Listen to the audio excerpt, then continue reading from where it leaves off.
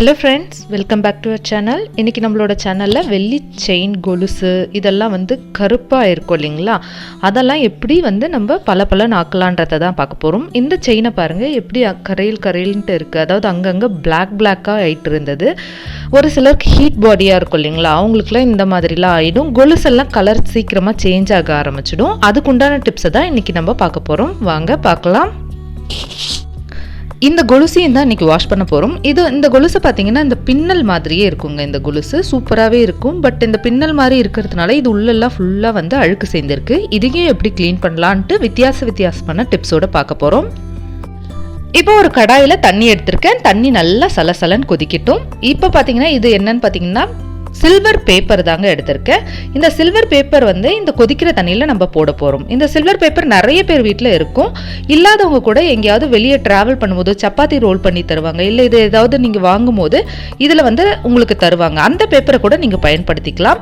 ட்ராவல்க்குலாம் போகும்போது நம்ம ஏதாவது இதில் வந்து சப்பாத்தியோ இல்லை நான் அப்படி இல்லை வேறு ஏதாவதுனா இதில் எடுத்துகிட்டு போவோம் இல்லைங்களா, அந்த பேப்பர் தாங்க இது. ஸோ இன்றைக்கி நான் என்ன பண்ண போகிறேன்னா ஒரு கொலுசு செட்டும் ஒரு செயினும் போட போகிறேன். ஸோ நான் 2 கவரை வந்து இந்த மாதிரி ரோல் பண்ணி போட்டுக்கிறேன். இந்த வீடியோவை ஸ்கிப் பண்ணாத கடைசி வரைக்கும் பாருங்கள். பல விதமான முறைகளில் எப்படி சில்வரை க்ளீன் பண்ணலான்ற டிப்ஸ் எல்லாம் சொல்லியிருக்கேன். ஸோ வீடியோவை ஸ்கிப் பண்ணாத கடைசி வரைக்கும் பார்த்தீங்கன்னா தான் உங்களுக்கு தெரிய வரும். இப்போ இந்த கொலுசையும் செயினையும் போட்டுடுறேங்க. ரொம்ப பிளாக்காக இருந்தது, அழுக்காகவும் இருந்ததுனால இது உள்ளே போட்டுடுறோம். அடுத்ததாக பார்த்தீங்கன்னா ஒரு ஸ்பூன் அளவுக்கு சால்ட் ஆட் பண்ணிக்கிறேன். இன்னொரு பொருள் என்னன்னு பார்த்தீங்கன்னா பேக்கிங் சோடா தாங்க ஆட் பண்ணுறேன். அதுவும் ஒரு ஸ்பூன் அளவுக்கு ஆட் பண்ணிக்கோங்க. இப்போ பாருங்கள் நல்லா சலன்னு கொதிக்குது பாருங்கள். இந்த மாதிரி கொதிக்கட்டும். கொஞ்சமாக இந்த மாதிரி கலரி விடுங்க. ஏன்னா எல்லாமே இந்த சால்ட் எல்லாமே இதில் மிக்ஸ் ஆகும். இந்த கவரும் பாருங்கள் சேர்ந்து கொதிக்கட்டும். இந்த மாதிரி கொஞ்சம் நேரம் நல்லாவே கொதிக்கட்டுங்க.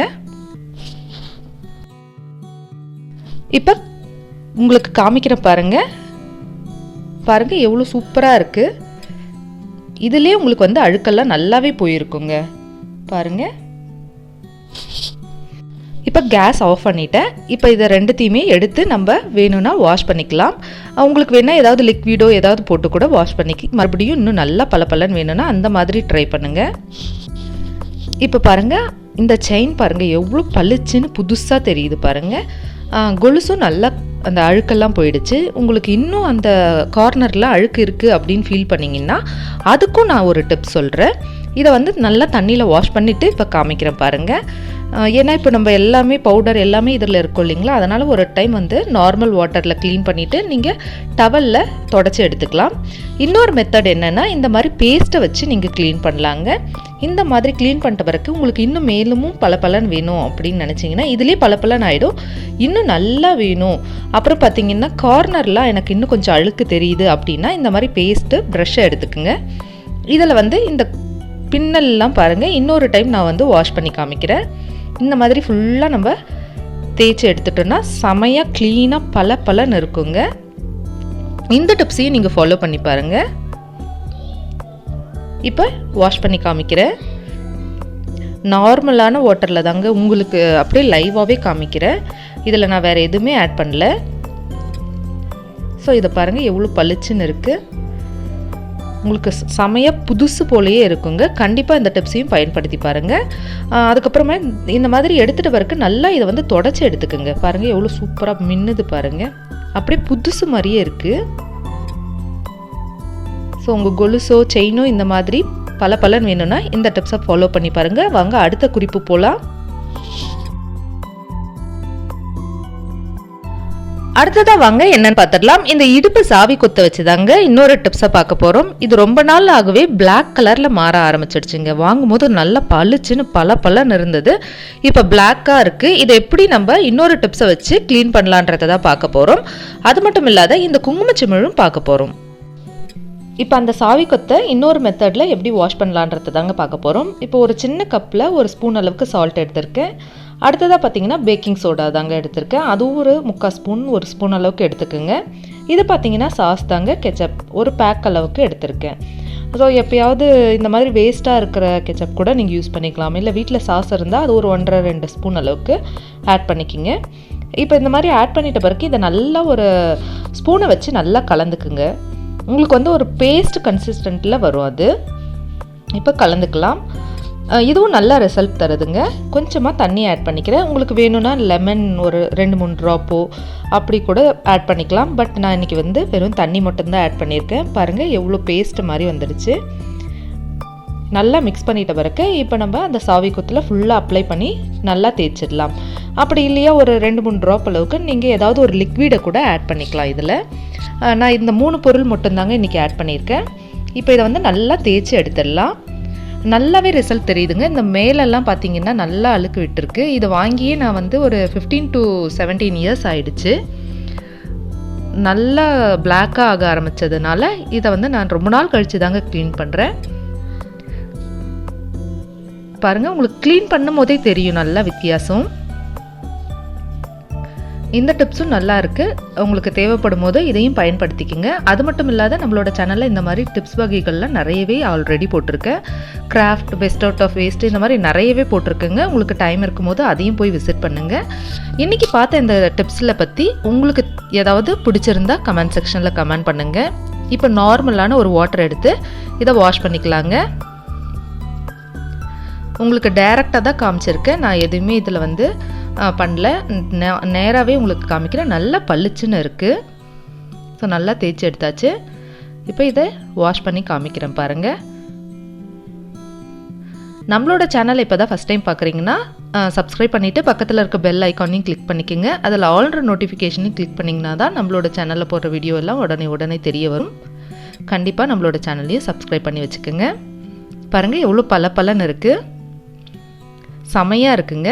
இந்த மாதிரி எந்த பொருளாக இருந்தாலும், பூஜை சாமானாக இருக்கட்டும், வெள்ளியாக இருக்கட்டும், கோல்டு எதுவாக இருந்தாலும் நீங்கள் வாஷ் பண்ண உடனே ஒரு டவல், காட்டன் டவலை வச்சு நல்லா தொடச்சி எடுத்துக்கோங்க. இது வெள்ளின்னு இல்லை, எந்த பொருளாக இருந்தாலும், பூஜை சாமான் எதுவாக இருந்தாலும் நீங்கள் எல்லாத்தையும் வாஷ் பண்ணிட்ட பிறகு இந்த மாதிரி ஒரு காட்டன் வச்சு டவலை வச்சு தொடச்சி எடுத்துட்டிங்கன்னா அந்த மார்க் இல்லாத இருக்கும். தண்ணி போய் ஸ்டே ஆகி மார்க்காக ஆகிடும் இல்லைங்களா, அதெல்லாம் இல்லாத இருக்கும். ரொம்ப நாள் நல்லாவே கலராக இருக்கும். இப்போ இதை ஃபுல்லாக நல்லா தொடச்சி எடுத்தாச்சு. சூப்பராக இருக்குது பாருங்கள். இந்த டிப்ஸையும் பயன்படுத்தி பாருங்கள்.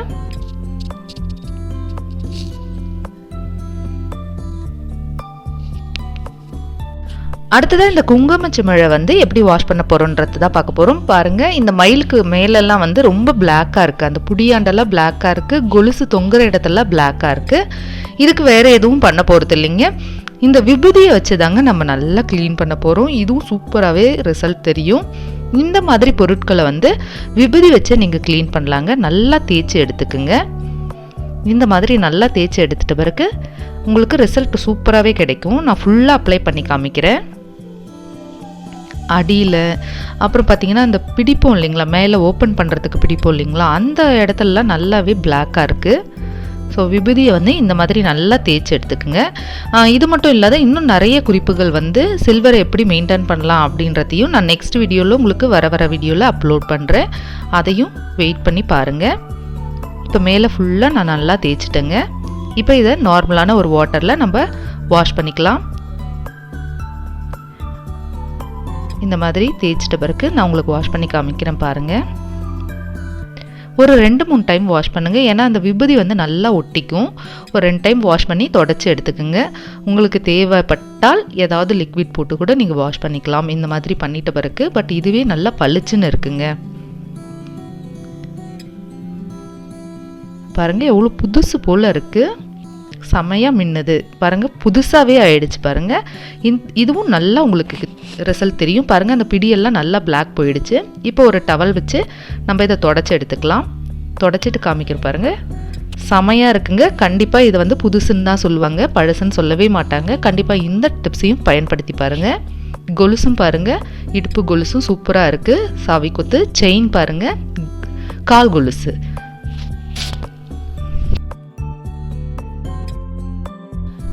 இன்னைக்கு பார்த்த இந்த டிப்ஸ் எல்லாமே உங்களுக்கு பயனுள்ளதாக தான் இருக்கும்னு நம்புகிறேன். வித்தியாசமான 4 பொருட்களை வச்சு நம்ம எப்படி வெள்ளியெல்லாம் க்ளீன் பண்ணலான்றதை தாங்க இன்னைக்கு காமிச்சிருக்கேன். எல்லாமே சூப்பராக இருக்குங்க, பளிச்சுன்னு ஆயிடுது. உங்கள் வீட்லேயும் வெள்ளியெல்லாம் பளிச்சுன்னு ஆகணும்னா இந்த டிப்ஸை பயன்படுத்தி பாருங்கள். கண்டிப்பாக உங்களுக்கு ரிசல்ட் நல்லதாகவே கிடைக்கும். இதோட நெக்ஸ்ட் இன்ட்ரெஸ்டிங்கான வீடியோவில் பார்க்கலாம். தேங்க்யூ ஃபார் வாட்சிங்.